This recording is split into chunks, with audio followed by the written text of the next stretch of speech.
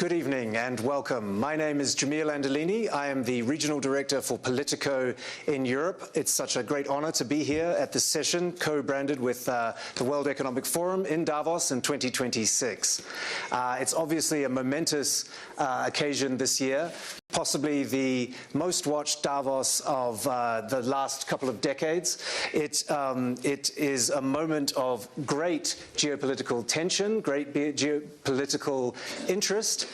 We have Donald Trump arriving in a few hours' time. We have Emmanuel Macron has just left or is about to leave, and those things may or may not be related. But the session we are holding today is on a topic of utmost importance to Europe, to the world, and I would argue also to the United States of America. We're going to be talking about Ukraine and the path to peace in Ukraine. Coming into this week, many of us in the media were expecting some sort of announcement on a peace deal, some sort of announcement on cessation of hostilities in Ukraine. However, the more we get closer to the arrival of Donald Trump, the less likely that appears, and the more we hear about Greenland instead of Ukraine. So it's a really fascinating moment. I want to welcome everybody who's watching on the live stream, everybody in the room. I think we're going to have a fascinating discussion, a really top-notch panel that we have here today. I'll introduce them now, and then we will get into some of this discussion shortly. So on my left here, first of all, Kyrylo Budanov is the head of the President's Office of Ukraine. Thank you for joining us, sir. Next to him is the Foreign Minister of Finland, Elina Valtonen. Thank you very much for joining us. Thank you. Next to her, Anita Anand, Foreign Minister of Foreign Affairs of Canada. Thank you for joining us as well. And last but not least, the Senator for the great state of North Carolina, Tom Tillis. Thank you. Thank you for coming, sir. So I'd like to start with you, Mr. Budanov. Obviously, this is an incredibly important, fraught moment for your country. Where are we headed? What is the most likely outcome? And when, if at all, can we see genuine moves towards peace in your country? Доброго дня всім. Good afternoon, everyone. I hope everyone can hear me. Thank you. This is a very interesting question where we are as of today, as of now. I hope that we are on the path to a radical, cardinal change, a resolution to the war. And I would like to remind everyone that this is the most bloody and the most terrible event, the most terrible war in the territory of Europe since the Second World War. And this is definitely one of the bloodiest over the whole history of the world after the Second World War. We are moving, and I can't say that we will have peace tomorrow, that's guaranteed. If you hear someone say it, it's definitely not true. But we are making a lot of efforts towards it. First of all, we are making an effort on our part. And on the part of the United States, there are efforts, whether people like it or not like it, but there is movement. And it is real, and we are really moving. Will we be able to be successful in the short term? A lot will depend on the Russian Federation. And you understand who we are dealing with. I don't think I need to say more about it. Summing up in my introduction, I will say directly, we are moving, and I am cautiously optimistic, and this is why the kind of phrase I would use in this particular situation. Thank you.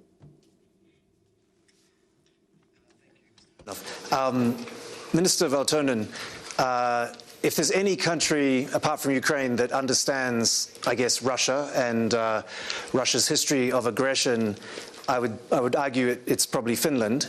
And we've seen many meetings in recent weeks of European leaders to discuss the conflict in Ukraine and where we're headed, what's your best guess for where we end up and what that will mean for Europe? Where do you think this conflict pauses? Well, thank you for the introduction, but the only thing I have to correct is that, yes, we do have, unfortunately, quite some experience with Russia and Russian aggression over the course of the past, not only decades, but years, hundreds of years. But I still don't understand Russia, and I certainly don't sympathize with the imperialistic ambitions of that country that's apparently still is ongoing. Now, we would hope for peace, but for a peace to last, it needs to be just, it needs to be genuine. Unfortunately, we haven't seen any concessions on the side of Russia to reach a proper peace deal in Ukraine.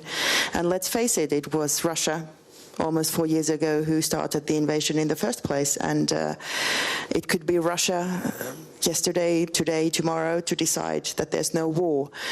What we need to do now collectively is that we increase the pressure on Russia, because we do see that that country is in economic decline and will be so also long into the future.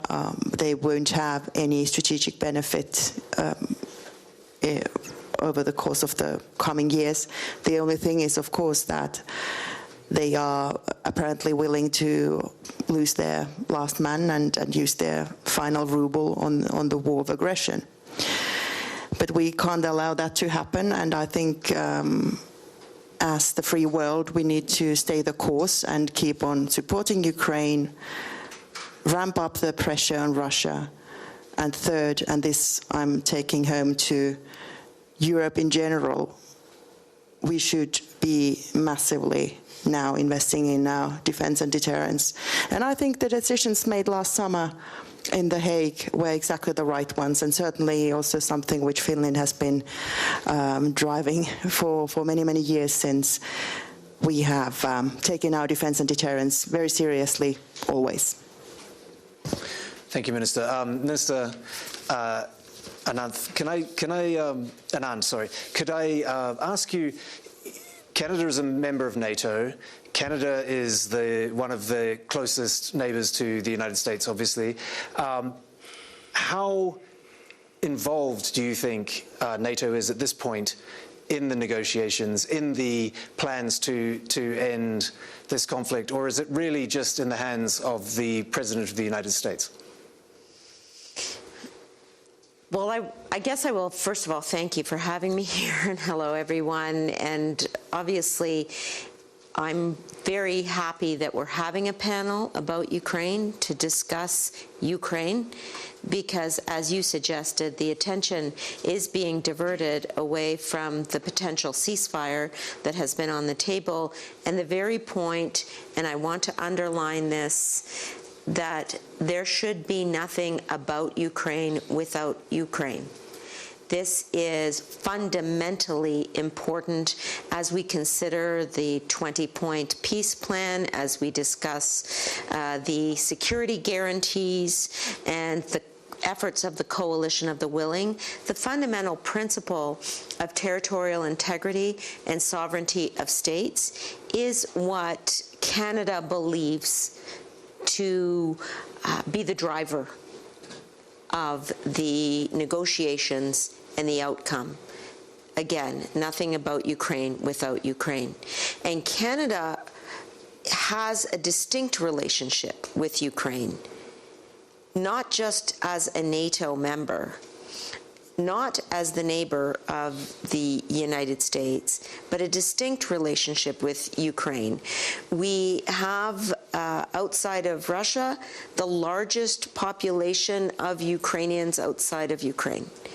We have put the largest per capita amount of support, financial support towards Ukraine, military, economic, financial, infrastructure-related support at $22.5 billion for a country of 40 million. We're a country of 40 million people.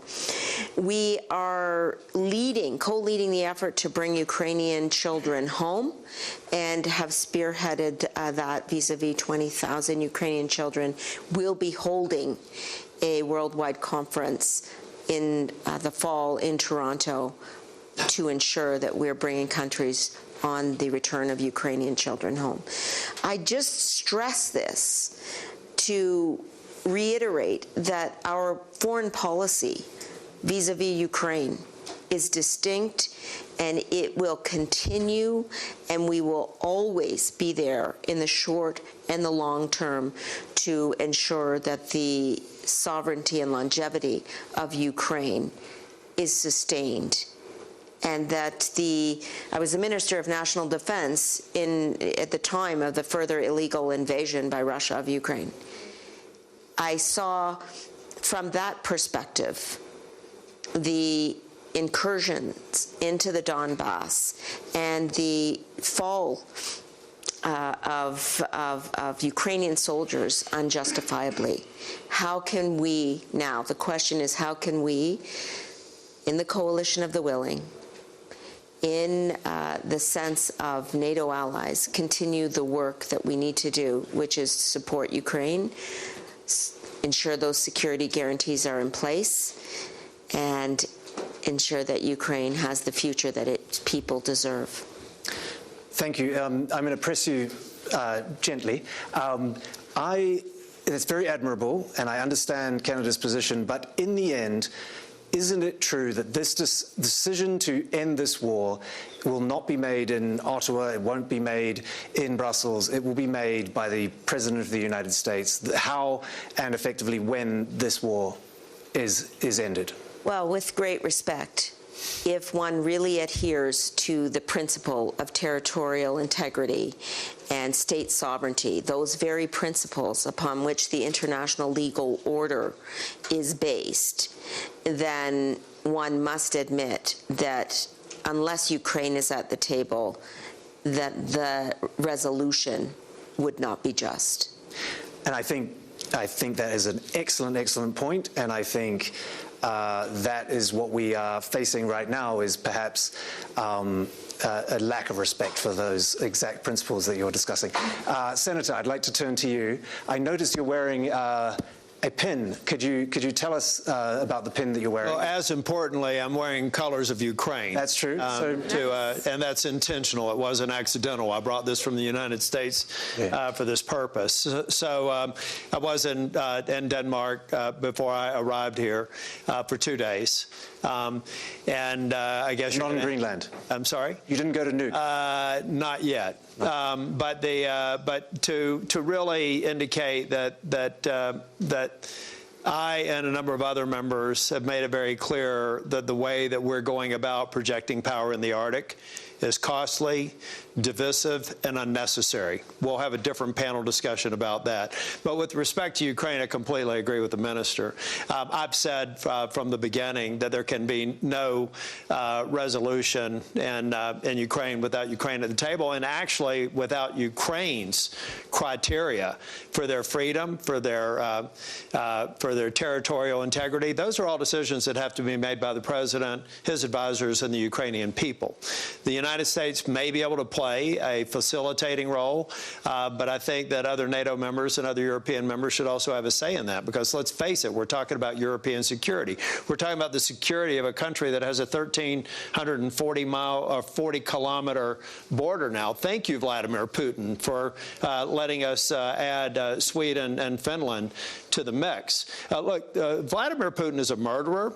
He's a liar on his best day. And what we're seeing in Ukraine Ukraine are his worst days. I was in Bucha, I was in Kyiv and Bucha last year after the Munich Security Conference.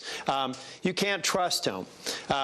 We have to have, beyond Ukraine and the United States, we also have to have eyes on it from NATO allies, particularly those in the area, to make sure that we have a lasting and fair peace. But I think we have to look at everything that Vladimir Putin says and run it through a truth filter, because he simply can't be trusted. So this agreement has to be very specific, and there have to be consequences for violating it. Can I ask you very directly, do you think that all the noise around Greenland, the threats of tariffs, I know we're going to talk about it in other settings, but do you believe that all of this talk about Greenland is to distract from the fact that there was hopefully going to be a deal announced this week and now there isn't? Well, I can never get in the minds of people advising the president, but it certainly hasn't distracted Congress. I think you'll see an appropriations measure in place that will demonstrate financial support for Ukraine that will move through the Senate and the Congress in the coming weeks. You know, in the United States, this president forces us all to be able to walk and chew gum. We can't just be focused on one issue. And I think in this case, we have to continue to focus on the real threat. There's no threat in Greenland, which is why, you know, I think it's something that we need to de-escalate, something that we need to advise the president on a peaceful, more unifying path to achieving his goals, which we can talk about separately. But here the focus is on Ukraine. I think the American people still continue to support Ukraine, and this is an election year. Those who veered too far away may have electoral consequences to deal with, frankly. And that's what I love about the fact that you're on our panel, because you're not running for election this year. Yeah, but as I told the minister, if you check my record in the first administration, I was equally outspoken. Here's the point. This is where it's very important. I support the majority of President Trump's policies. I'll give you a good example in Greenland. I support the what? Being able to project power in the Arctic. My goodness, anyone in NATO should understand that as a priority. We had Russia and China actually in military exercises in the Arctic for the first time, large-scale military exercises. So clearly, we have to have a power projection platform, and Greenland makes a lot of geographic sense. But you're talking about a territory that has offered for $1 one of their military bases. At the height of our relationship with Greenland and Denmark, we had 17 military operations there. We have one today. For anyone to suggest that in order for us to be present in Greenland and project power, that it requires some financial transaction, which incidentally, as a fiscal conservative, would be more costly than we need to achieve the president's aim. And I think over time, hopefully, we'll get the president to recognize that and have the policy that that's commensurate with that. I suppose the argument is that in a world where China, with Russia as a somewhat client state rising in its power, if the United States does not own that territory, that they could get very severe and serious pushback from a Europe that is wavering between the United States and a very, very powerful China. Anyway, that's yeah, but again, if I can, just briefly, please weigh in as well. A part of what we have to, a part of the reason that we're here is President Trump's justifiable frustration with some of our brothers and sisters in NATO who came far short of their investment in our mutual defense over the last 20 years. I've been the Republican leader of the Senate NATO Observer Group for 20 years. Collectively, $2 trillion with a T has not been spent to achieve the minimum that our colleagues should have in NATO. Can you imagine what deterrent effect there would have been if every member of NATO had actually invested the $2 trillion over 20 years? What would that have done for modernization? What would that have done for the industrial base? So I think a part of the president's frustration, and no one can doubt that everyone paying up to the minimum now and now achieving 5% limits, anyone credit anyone other than Donald Trump's not been following current events. Every past president in this century attempted to do it, and they didn't. So I think he's frustrated by that. But that frustration should not transcend into the current policy posture with respect to Greenland. I think we have to de-escalate it, but I hope that this is an important lesson learned by those of us who who care about NATO and believe it's the most consequential and important treaty in the history of man, let's make sure that we don't drift again or we put ourselves in the same sort of vulnerable position that we find ourselves today. Could I just emphasize the importance of focusing on Ukraine, which is what this panel is about? We have heard from someone from the president's office, in fact, the president of Ukraine's office, Zelensky's office, about the importance of security guarantees and the importance of Ukraine deciding its own sovereign future. And I think the onus is on us to ensure that we are supporting Ukraine as it enters, yet another year. We're almost 4 years on since the further illegal invasion, and we need to seek a resolution, and we need to ensure that Ukraine's at the table in that process. So the real question, if this is truly a panel about Ukraine, the real question is how we can support this process. I agree with you. We don't hold the levers to ensure that a ceasefire occurs ourselves.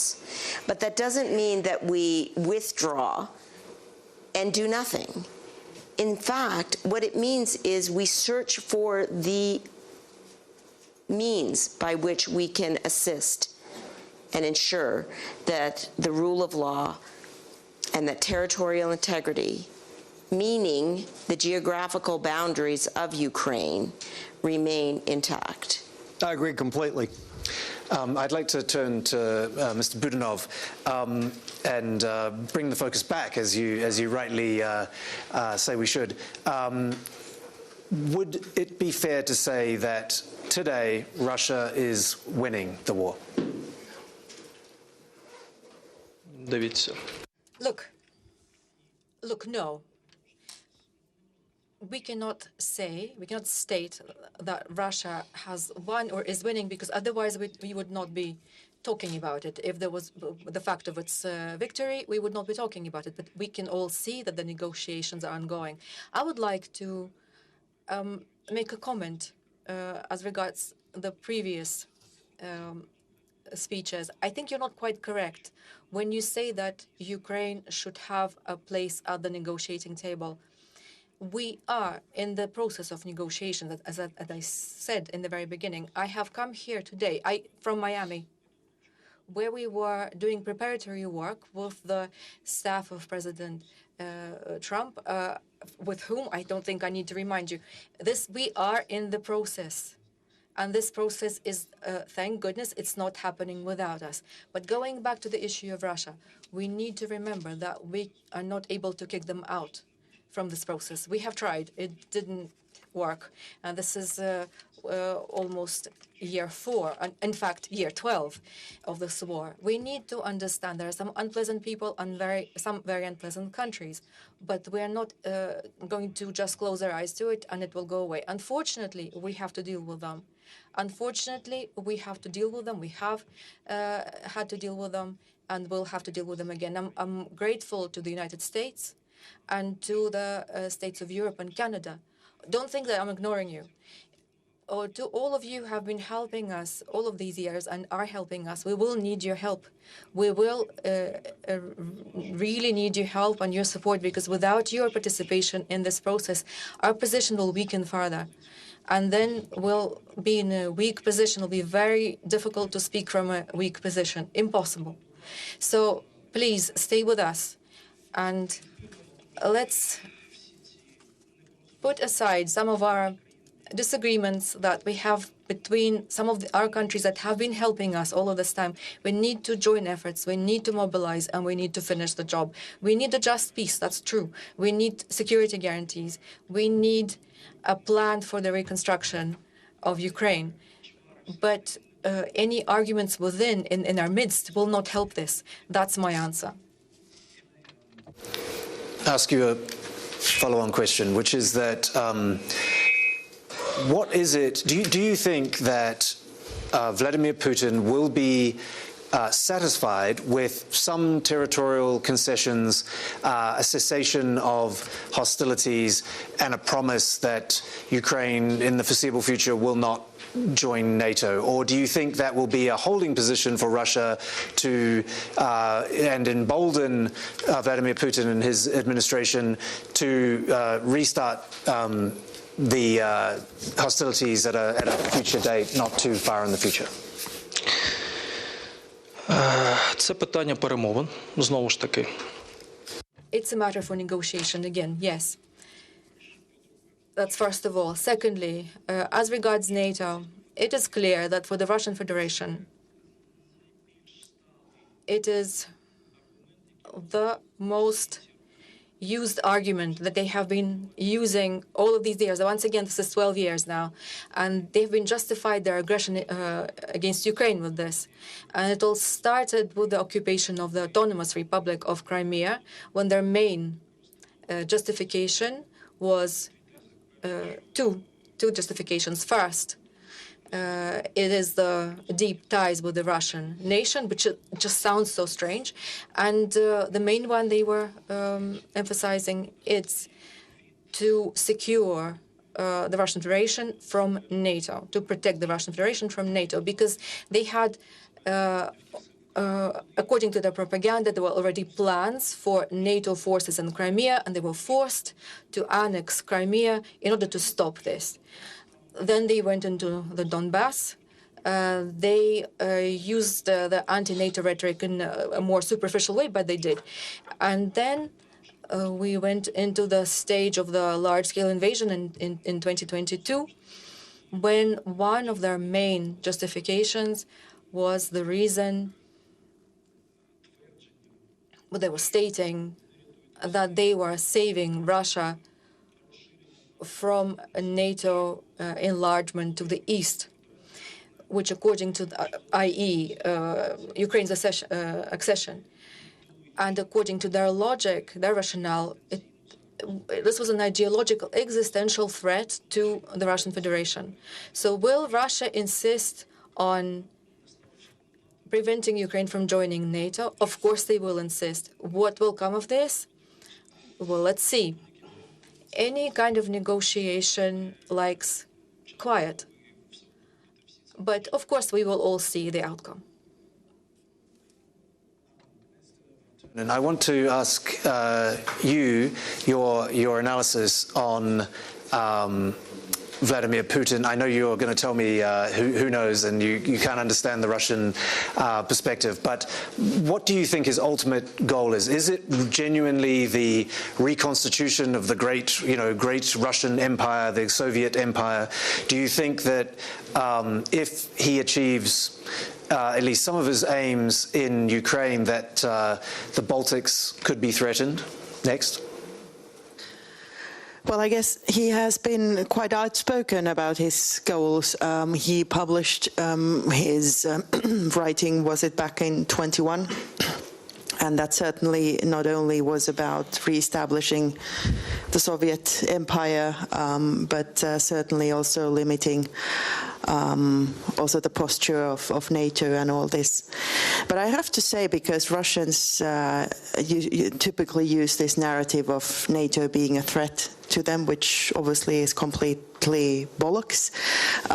If you technical term. Yes, if you now think about when Finland and Sweden joined NATO 3 years ago, there hasn't been less troops behind the Finnish border to Russia in the past 3 years than basically for decades. If NATO was such a massive threat, why have the troops in Ukraine? Why not bring them back to the border? So, of course, that is simply a narrative that Russia has been pushing to justify this and that, that they operate, which is fully against the UN Charter. And what comes to the previous discussion, I actually do agree both with Senator Tillis and Minister Anand in this. Well, yes, we need a just peace for Ukraine, but at the same time, we need to be fortifying NATO. And that is because I'm not seeing the threat of Russia going away with any peace deal, especially if it's not a good peace deal. The Russian threat probably will be there for, I don't know, for the foreseeable future, and it will be affecting the entire transatlantic alliance. We do see the Russian threat certainly from the Arctic. They are active in Africa, and of course they are active where they have the possibility and the interest to do so. But together, if we invest decisively into our defense and deterrence, then certainly there's nothing that can keep us from winning. And also, finally, on the question whether Russia was winning on Ukraine, certainly no. I mean, if you were winning, you wouldn't be abducting children or having people freeze in their apartments when it's minus 15 outside. They are certainly not winning, and I think Ukrainians have all the right, not just to assume that they will have the freedom that they have been fighting for, but that will come. I'm more than certain about it. I've been having some interesting discussions here in Davos last couple of days, and one of the arguments I've heard is that NATO is done, NATO is over, and that we are seeing the just dissolution of this, as you say, very important treaty that has lasted since for a long time. And that we're seeing the birth of something new. Maybe call it a board of peace, call it what you like. But how much do you think that argument rings true to any of you on the panel? So. Well, Canada is a founding member of NATO, and maybe I'll just start, and I'm sure others have valuable things to say. I will admit there is no doubt that NATO is facing challenges now as it seeks to ensure that there's unity in NATO, as well as the concept of collective defense and deterrence is actually effective in practice. That doesn't mean that NATO dissolves. It means that NATO rises to the challenge to meet the moment. And I have been continuously pressing the point that NATO, as the North Atlantic Treaty Organization, needs to not only have a focus on the eastern flank of Europe, but also on the northern and western flanks, because as we all agree, the threat from Russia in the Arctic and beyond is undeniable. And if NATO is going to meet this moment, it needs also to develop the strategy to do so. And that's what my conversations with the Nordic Five and Mark Rutte, the Secretary General, have been about. What is the strategy to meet the moment? NATO needs that strategy. Feel free to weigh in on this topic of NATO defunct or not. I'm going to throw another question in there, and I'm going to address it to you, Mr. Budanov. How important, from your perspective, is the role of China? Because if you listen to the US administration, but if you also look at the facts, I've talked to the heads of several Western intelligence agencies who say that if China was not supporting Russia today with technological, military, logistical support, Russia would not have been able to continue to fight up until this point. So how important, from your perspective, and others can weigh in, is the role of China in this conflict? Thank you very much for this question. Your question, I guess, is more philosophical in nature, to be honest. How now in 2026 can I answer the question what things would have been like if China wasn't there or if it had a different role? I think you will agree with me. Now, as regards the real role that China is playing in this whole process, I'm going to give you a few examples and I will let you make your own conclusions. If we think back the very start of the large-scale invasion after 2022, in the world media, there was a lot. Around springtime, summertime 2022, there was a lot of articles and a lot of videos, a lot of opinions as to how from China to Russia, there were military planes and they were bringing washing machines, computers, and other items. And all of this, and all of this was happening because all of a sudden there was a critical requirement for all kinds of microchips and controllers. And at the very start of the war, China wasn't selling them. And that's a fact. Then later, China understood how this can be used. And Russia, as the aggressor, found itself under more sanctions than before. And they were looking for solutions. And obviously, they were using business channels. And of course, there was a silent agreement from above. And they were able to find a reliable partner for these reliable channels of supply of electronics and electronic components. Then they had all kinds of manufacturing machines, manufacturing materials that they used to make various components for weapons. So this cooperation was intensifying, and Russia was paying huge money for it, much more than any other country would have paid before, but they had no other option.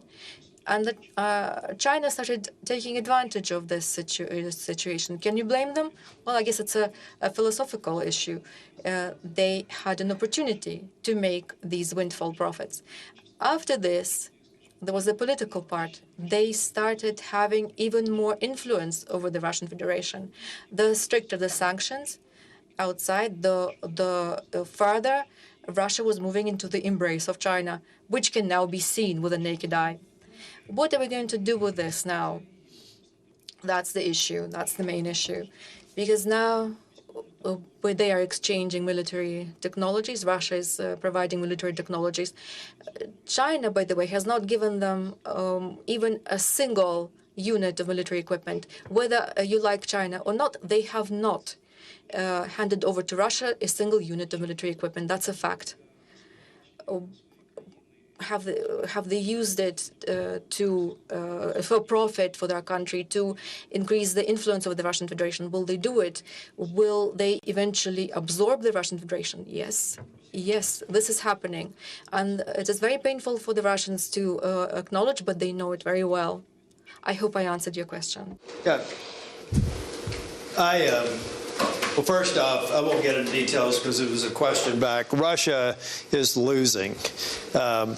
The reason why the Russians are at the table, Putin's at the table, is because we've proven that NATO technology is superior to them. We've proven that their non-commissioned officers are inferior and going to take a decade to actually get back to the level that we enjoy every day in NATO and in the United States.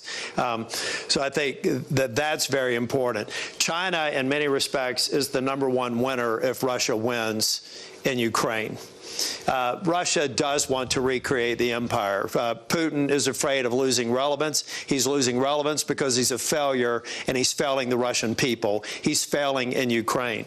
China is, I agree, not supplying material, but they're supplying support.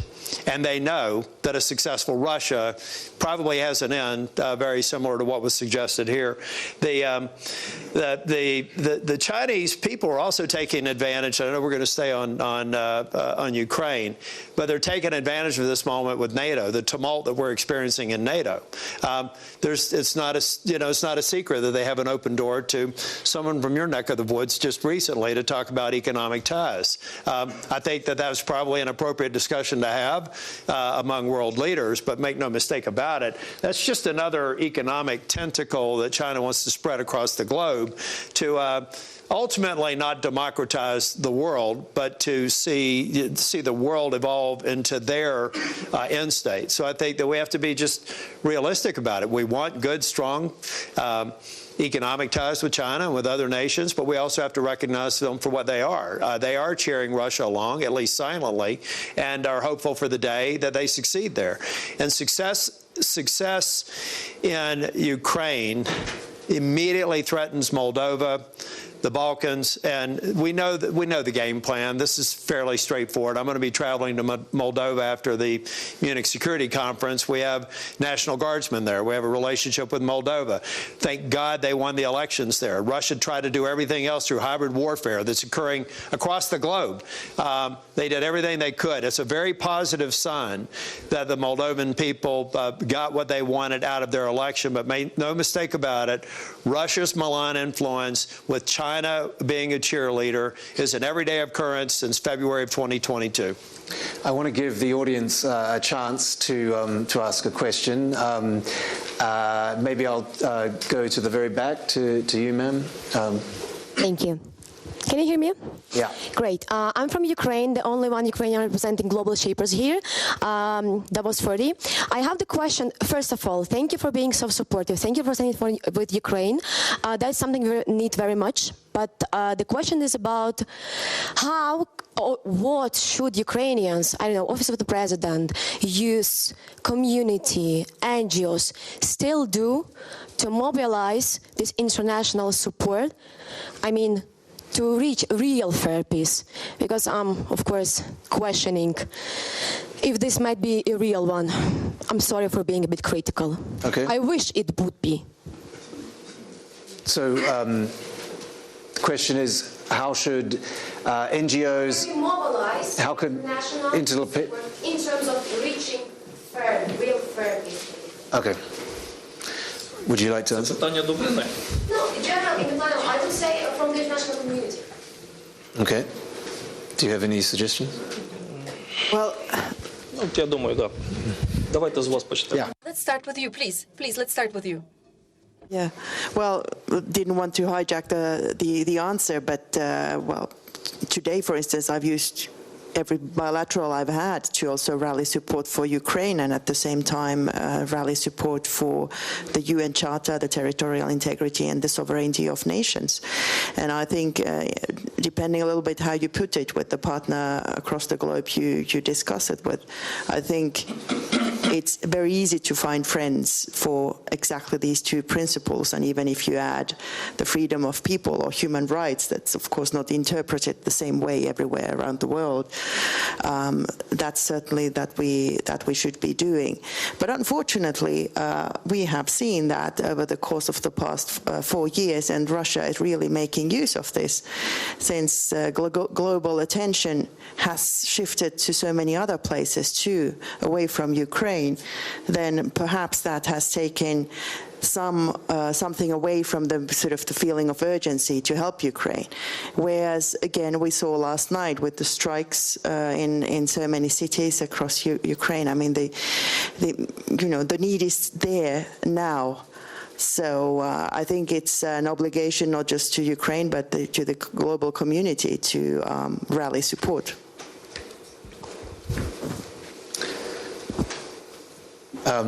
Yeah, please. Давайте я ще трошки додам. Okay, I'd like to add a bit more.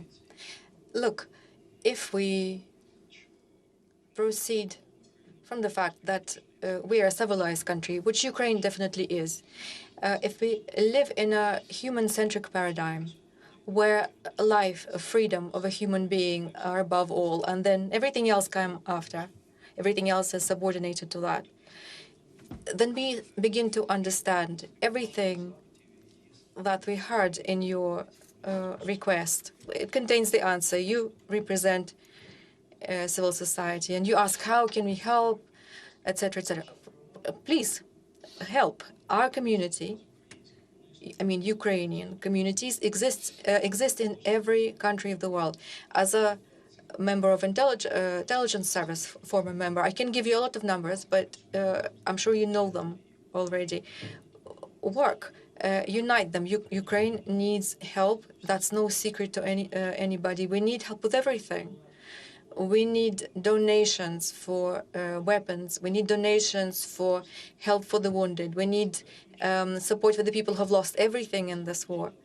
And of course, ending with, maybe this doesn't sound pretty, but we need influence from these communities who have been living in these countries for a long time. We need influence from these communities over the policies of these countries. This will help us.